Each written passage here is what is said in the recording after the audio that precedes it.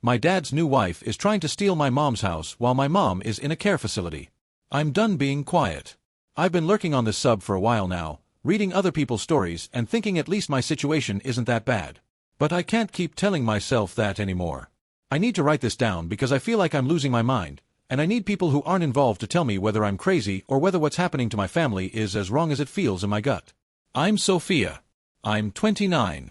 I work as a veterinary technician at an animal hospital in Tucson, Arizona. I make $41,000 a year, which in this economy means I rent a one-bedroom apartment with a window unit that barely survives July, and I drive a 2016 Honda Civic with 127,000 miles on it. I'm not telling you this for sympathy. I'm telling you because it matters later. I'm not someone with resources. I'm not someone with connections. I'm someone who clocks in at 7 a.m., spends her day expressing anal glands and comforting terrified pit bulls, and clocks out at 5 p.m. What I have is stubbornness. And apparently, that's going to have to be enough. My parents are Maria and Carlos. They divorced when I was 15. If you want the clean version, they grew apart. If you want the truth, my dad had an affair with a woman in his office, a 6-month thing that my mom found out about because he left his email open on the family desktop computer. The one in the living room.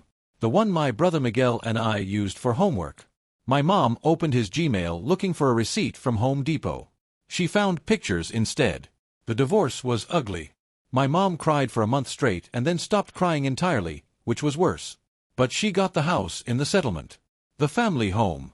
A 3-bedroom stucco place on East Sunrise Drive, with a red front door and a backyard my mom turned into her personal garden. She picked that house in 1998 because it had a lemon tree in the backyard. She told me that story 100 times. Sophia, we looked at 6 houses, and they were all fine, but this one had the lemon tree, and I told your father, this is the one. And he said, because of a tree? And I said, because of everything the tree means. She painted my bedroom walls lavender when I was 7 because I told her lavender was the color of magic. There's a pencil mark on the kitchen door frame, actually, there are about 12 of them, where she tracked my height every single birthday from the time I was 4 until I was 16. The last mark says 5 feet 4 inches and it's dated March 2013, in my mom's handwriting. Neat and careful, the way she did everything. My dad moved to Phoenix after the divorce. He sent checks. He called on birthdays. He showed up for my high school graduation and stood in the back row. He wasn't a monster. He was just gone. And my mom raised me and my brother Miguel in that house by herself, working as a medical receptionist during the day and cleaning office buildings 3 nights a week.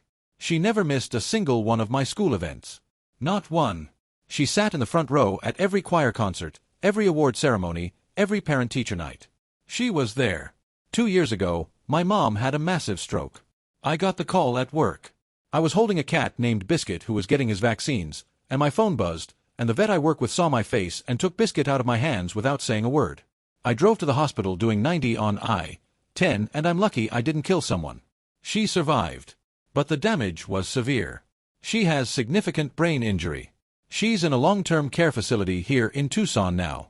She can't speak clearly. Sometimes words come out, but they're jumbled, or she'll say one clear word and then nothing for an hour. She doesn't always recognize me. Some days I walk in and she looks at me like I'm a stranger, and those are the days I go home and sit in my car in the parking lot of my apartment complex and just stare at the steering wheel for a while. She can't make legal or financial decisions. She can't manage her affairs. She can't sign documents. And here's the part that makes me want to put my fist through a wall. Before the stroke, my mom never updated the deed to the house. She never created a trust. She never did any of the legal follow-up that should have been done after the divorce. The house was supposed to be transferred solely into her name as part of the divorce settlement. It was in the agreement, in black and white. But somehow her divorce lawyer fumbled the paperwork. The quitclaim deed was never properly filed. And my mom, who was working 2 jobs and raising 2 kids alone, never followed up on it. So technically, legally, on paper, the house at East Sunrise Drive, the house worth $520,000 in today's market, the house my mom bought for $135,000 in 1998, the house with the lemon tree and the lavender bedroom and the pencil marks on the doorframe, is still in both my parents' names. You can probably see where this is going. Update 1. He came back. 6 months after my mom's stroke, my dad showed up in Tucson. He didn't call first. He didn't ask me. He didn't ask Miguel. He just drove down from Phoenix on a Wednesday afternoon with a U-Haul trailer hitched to his truck and let himself into the house with a key he apparently still had. I found out because Mrs. Gutierrez next door texted me a photo of his truck in the driveway and said, Is your father moving back in? I drove over there after work. He was sitting in the living room, my mom's living room, on my mom's couch, watching ESPN. Like it was 2004 and nothing had ever happened. Dad, what are you doing here? I'm on the deed, Sophia. I have every right to be here. That was his answer. Not, I'm worried about the house sitting empty. Not, I want to help. Just, I'm on the deed. And he wasn't alone. He brought his new wife, Linda. She's 54, a retired dental office manager he married about a year ago. I'd met her exactly once, at a dinner in Phoenix that lasted 45 minutes and ended with me excusing myself to cry in the bathroom of a Chili's. She's one of those women who smiles with her mouth but watches you with her eyes, tracking what you say like she's taking inventory. Within 2 weeks, Linda started what she called refreshing the house. She threw out my mother's curtains, the ones with the little yellow flowers that my mom picked out at a craft fair in Tubac. She replaced the living room furniture with a gray sectional from some discount store. She took down every single framed photo my mom had on the walls, pictures of me and Miguel as kids, pictures of my mom's parents, pictures from holidays and birthdays and ordinary Tuesdays, and put them in a cardboard box in the garage. When I asked about it, she said, the frames were dated. I'm going for a cleaner look. A cleaner look. In my mother's house. Where my mother's pictures belong on the walls. Then she went after the garden. My mom's rose garden, the one she spent 15 years building, with the climbing roses along the back fence and the tea roses near the patio. Linda ripped it all out. Every bush. Every trellis. She replaced it with gravel and succulents and called it drought-friendly landscaping. She posted a before and after on her Facebook. 17 likes. Her daughter Brittany commented, "So much better, Mom." Modern vibes. Modern vibes. Those roses were the only thing my mom did purely for joy. She'd be out there at 6 a.m. with her coffee and her pruning shears, talking to the plants like they could hear her. And maybe they could, because they bloomed like nothing I've ever seen. I confronted my dad about all of it. Every change, every erasure. He got angry. His voice went tight the way it used to when he was cornered. I'm still on the deed. I have every right to be here. Your mother can't take care of this house. She can't take care of herself. Linda and I are the ones maintaining it. You need to accept reality, Sophia. But his hands were shaking when he said it. I saw them. And he wouldn't look at the box of photos in the garage. He walked right past it every time he went to get something from his truck. He knows what he's doing. He knows this is wrong. He just tells himself it's practical. He's always been good at that, telling himself stories so he can sleep at night. Update 2. What I heard and what I decided. 3 weeks after my dad and Linda moved in, I stopped by the house to pick up some of my mom's medical paperwork. Her insurance documents, old prescriptions, things the care facility needed. Linda wasn't home. Carlos was in the garage doing something with a power drill. I went to the kitchen first. I always go to the kitchen first. I stood in front of the doorframe and ran my finger over the pencil marks. My height at 6, 3 feet 8 inches, March 2003. At 8. At 10. At 12, when I shot up 4 inches in 1 year and my mom joked that I was going to outgrow the doorframe before I outgrew her. At 14. At 16, the last one. 5 feet 4 inches, March 2013. My mother's handwriting. Neat and careful, like she was signing something important. Because she was. I stood there until I heard Linda's car pull into the driveway. Then I gathered the paperwork and left through the side door without saying a word to anyone. But before I left, I went to the backyard. I needed to see it. The gravel where the roses used to be looked alien and wrong, like someone had paved over a grave. But the lemon tree was still there. The only thing Linda hadn't touched. Maybe she didn't notice it. Maybe she just hadn't gotten to it yet. I picked a lemon off the lowest branch. It was heavy and warm from the sun, and when I held it close to my face, the blossoms on the tree smelled exactly like my mom's perfume. Or maybe they didn't. Maybe I just wanted them to. But I stood there for 20 minutes, holding that lemon and crying, because that tree is the reason my mom chose that house is the reason I had a childhood, and my childhood is the reason I am who I am, and some woman I've met once is putting gravel over all of it. That was the day I decided I was done being quiet. But it was also the day I realized something. Being loud wouldn't work. Screaming at my dad wouldn't work. Confronting Linda wouldn't work. Posting on Facebook wouldn't work. Emotion is easy to dismiss. They'd call me hysterical, dramatic, unable to accept reality. My dad already had that script ready. I needed a different approach. I needed to be strategic. I needed to be methodical. 2 days later, I was cleaning out the back seat of my car and I found the lemon I'd picked.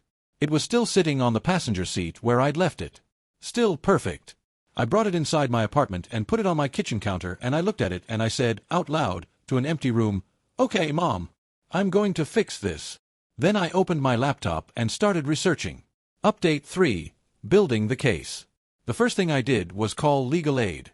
I make $41,000 a year. I don't have a lawyer on retainer. I don't have a lawyer, period. But Pima County has a legal aid office, and I called them the next morning during my break at work, standing in the parking lot behind the clinic with the smell of antiseptic still on my scrubs. I explained the situation to the intake coordinator. She was quiet for a long time. Then she said, "You need to get guardianship. That's step 1. So that's what I did. Guardianship. It means becoming the legal decision-maker for someone who can't make decisions for themselves. In Arizona, it requires a petition to the court, a medical evaluation, a hearing. It takes weeks, sometimes months. And it means standing up in front of a judge and saying, "My mother cannot care for herself, and I am asking to be the person who does." I filed the petition. I gathered my mom's medical records. I got statements from her doctors at the care facility. Dr. Reyes, who has been treating her since the stroke, wrote a 2-page letter detailing the extent of her brain injury and her inability to manage her own affairs. I got a statement from her social worker. I documented everything. While the guardianship petition was processing, I did something else. I went to the Pima County Recorder's office and pulled every document related to that house. The original deed from 1998. The divorce decree from 2009. And here's what I found. The divorce settlement clearly states that the house was to be awarded solely to Maria. The judge signed it. Both attorneys signed it. But the quitclaim deed, the document that would have actually transferred Carlos's interest in the property to Maria, was never recorded. Her lawyer drafted it but never filed it with the county. A clerical failure. A loose end that dangled for 15 years until my dad grabbed it. I took that information to the legal aid attorney assigned to my case, a woman named Rachel who wore reading glasses on a chain around her neck and took notes on a yellow legal pad like it was still 1997. I liked her immediately. She looked at the divorce decree, looked at the unfiled quitclaim deed, and said, "This is correctable." The court's intent was clear. Your father was divested of his interest in this property as part of the settlement. The failure to record the deed doesn't change the court's order. It just means the order was never executed. She filed a motion to enforce the original divorce decree and compel the transfer of the property into my mother's name alone. Meanwhile, I started documenting everything Linda was doing to the house. I took photos on my phone during every visit. The missing curtains. The replaced furniture. The destroyed garden. The box of photos in the garage. I dated every photo. I kept a written log. And then I got the guardianship hearing scheduled. My dad found out about the guardianship petition because he was served papers. He called me at 9 p.m. on a Thursday. I was in my pajamas, eating cereal for dinner. "Sophia, what the hell is this? You're trying to take control of your mother's affairs." "Someone has to, Dad. I'm her husband. I was her husband. I should." "You're her ex-husband. You divorced her. You moved to Phoenix. You didn't visit her in the care facility for 8 months after her stroke. You don't get to manage her life now because it's convenient for your real estate plans." Silence. A long one. "You don't know what you're talking about," he said. And hung up. But here's the thing I didn't tell him.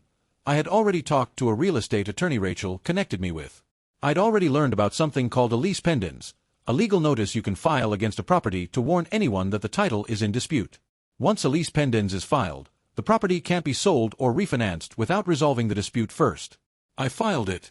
That house wasn't going anywhere. Update 4. The hearing, and what Linda said when she thought nobody was listening. The guardianship hearing was on a Tuesday in March. I took the day off work. I wore the nicest clothes I own, black pants, a blue blouse my mom bought me for my 27th birthday. I sat in a courtroom in the Pima County Superior Court and I answered every question the judge asked me honestly and completely. My dad showed up. He sat in the back row with Linda. He didn't contest the guardianship. His lawyer advised him not to. It would have looked terrible, and he knew it.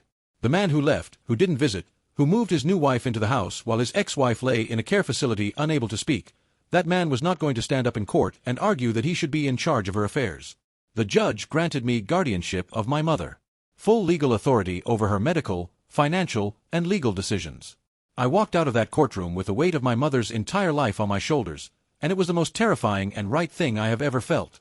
1 week later, Rachel filed the motion to enforce the divorce decree. She included the original settlement, the unsigned quitclaim deed, the court's clear language awarding the house to Maria. She also included a request for an injunction to prevent Carlos and Linda from making any further modifications to the property while the case was pending. Carlos's lawyer responded with a half-hearted argument about adverse possession and the statute of limitations on enforcing property transfers. Rachel told me not to worry about it. The court ordered this property transferred. The paperwork wasn't filed. That's a clerical issue, not a legal one. The judge is going to see this for what it is. While we waited for the court date, I did something I probably shouldn't have done, but I don't regret it. I went to the house. It was a Saturday afternoon, and I knew Linda would be there because she'd posted on Facebook about deep cleaning the master bedroom, my mother's bedroom. I knocked on the door and asked if I could come in and pick up a few more of my mom's things from the garage. Linda let me in with that smile that doesn't reach her eyes. Of course, sweetheart. Take whatever you need. We've been meaning to clear out that garage anyway. I spent an hour going through boxes. My mom's old recipe cards. Photo albums. A ceramic cat I made for her in 4th grade that she kept on her nightstand for 20 years. I packed everything carefully into my car, making multiple trips. On my last trip through the house, I passed the kitchen. The door frame. The pencil marks were still there. Linda hadn't painted over them. I think she just didn't notice them. They're small. Faint. You wouldn't see them unless you knew to look. I took a photo. Then another. Then a close-up of the last one, 5 feet 4 inches, March 2013, and I texted it to myself so it would have a timestamp. As I was leaving, I heard Linda on the phone. She was in the back bedroom, what used to be Miguel's room, and she must not have heard me come back in from the car. She was talking to her daughter Brittany. Once Maria's name is off the deed, we can refinance. Or sell. The Tucson market is insane right now. Brittany, we could split it and you could finally put a down payment on that townhouse. I stood in that hallway, holding a ceramic cat my mom kept for 20 years, and I listened to a woman I'd met once plan to sell my mother's house out from under her so her daughter could buy a townhouse in Scottsdale. I didn't say a word. I walked out, got in my car, and drove straight to my apartment. I wrote down exactly what I heard, word for word, while it was still fresh. I dated it. I signed it. And I emailed it to Rachel. Update 5. The ruling, and what happened after. The hearing on the property motion was 6 weeks later.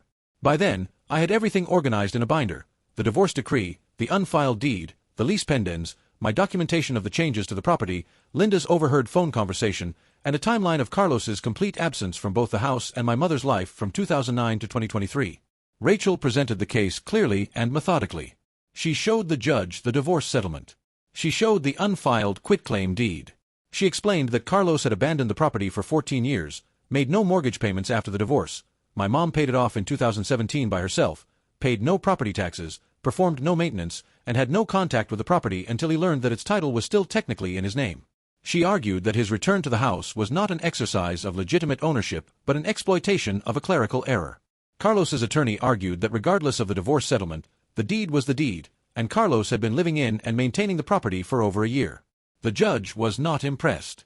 She ruled that the divorce decree constituted a valid court order transferring the property to Maria, and that the failure to record the quitclaim deed was an administrative oversight that did not void the court's intent. She ordered the deed to be corrected and recorded, transferring full ownership to Maria, which, since I now had guardianship, meant I was responsible for managing it on her behalf. She also ordered Carlos and Linda to vacate the property within 30 days. I sat in that courtroom and I did not cry. I wanted to. I wanted to cry the way I cried in the backyard holding that lemon. But I didn't. I just sat there with my hands in my lap and thought about my mom's handwriting on the doorframe. Carlos didn't look at me when the ruling came down. Linda did. She looked at me like I'd taken something from her. And I thought, no. I just stopped you from taking something from my mother. The 30 days passed. They moved out. I went to the house the day after they left. It was strange. It didn't look like my mom's house anymore. The gray sectional. The bare walls. The gravel backyard. It looked like a house that belonged to no one, staged for a showing that never happened. But the doorframe was still there. The pencil marks were still there. And the lemon tree was still there. I sat under that tree for a long time. I called my mom's care facility and asked the nurse to hold the phone up to her ear. I said, "Mom, I got the house back. Your house. The lemon tree is blooming." There was silence on the other end for a while. Then I heard her breathing change, and the nurse said softly, "She's smiling, honey." I hung up and sat under that tree until the sun went down. Where things stand now. The house is in my mom's name. Legally, solely, finally. I manage it as her guardian. I've started putting it back the way she had it. I rehung her photos. I bought curtains that look like the ones she picked out, not the same, but close. I can't bring back the rose garden overnight, but I bought 6 rose bushes from a nursery in Vale and planted them along the back fence. They're small now. They'll grow. I visit my mom every Tuesday and Thursday after work. I bring her lemons from the tree. Last Thursday, she held one up to her face and closed her eyes, and I swear she looked like herself for the first time in 2 years. She didn't say anything. She didn't have to. My brother Miguel called me last week from San Diego. He said, "I heard about what happened with Dad and the house. I should have been there. I should have helped." I told him he could start by visiting Mom. He said he would. I'm not holding my breath, but I'm leaving the door open. My dad and I don't speak. I don't know where he and Linda are living. Part of me doesn't care. Part of me remembers that he's still my father, and that he used to push me on the swings at Reed Park when I was 5, before everything went wrong. I don't know what to do with that yet. Linda unfriended me on Facebook. Brittany, who I never friend in the first place, posted a vague story about toxic family members who don't understand boundaries. I laughed for about 10 minutes. Rachel told me I should look into setting up a trust for the property, so that if anything happens to me, the house is protected. I'm working on that. It costs money I don't really have, but I'll figure it out. I always do. I want to say something about what this experience taught me, but I don't want to make it sound neat and clean because it wasn't. It was exhausting and ugly and expensive and lonely. There were nights I came home from work and sat on my kitchen floor eating crackers because I was too drained to cook, too anxious to sleep, too angry to do anything but stare at the wall and wonder if I was doing the right thing. But here's what I know. My mother chose that house because of a lemon tree. She painted my walls lavender because I told her lavender was magic. She measured my height every year in pencil on the doorframe because she wanted a record of me growing up, a record that lived in the bones of the house itself. That house isn't an asset. It isn't equity. It isn't a down payment on someone's daughter's townhouse in Scottsdale. It's the place where my mother loved us. And no clerical error and no gray sectional and no gravel landscaping can change that. I saved the lemon I picked from the tree the day I decided to fight. It's dried out now, hard and small and wrinkled. I keep it on my nightstand. It doesn't smell like my mom's perfume anymore. But I remember that it did. Edit. I didn't expect this to get so much attention. Thank you for the kind messages. For everyone asking, yes, I have an attorney, and yes, the trust is in progress. For the people telling me I should sue for the cost of the rose garden and the furniture, I'm thinking about it, but honestly, I just want peace. I want to sit under that lemon tree and know it's safe. That's enough for now. Edit 2. Someone asked if the pencil marks are still there. They are. I will never paint over that doorframe. Not ever.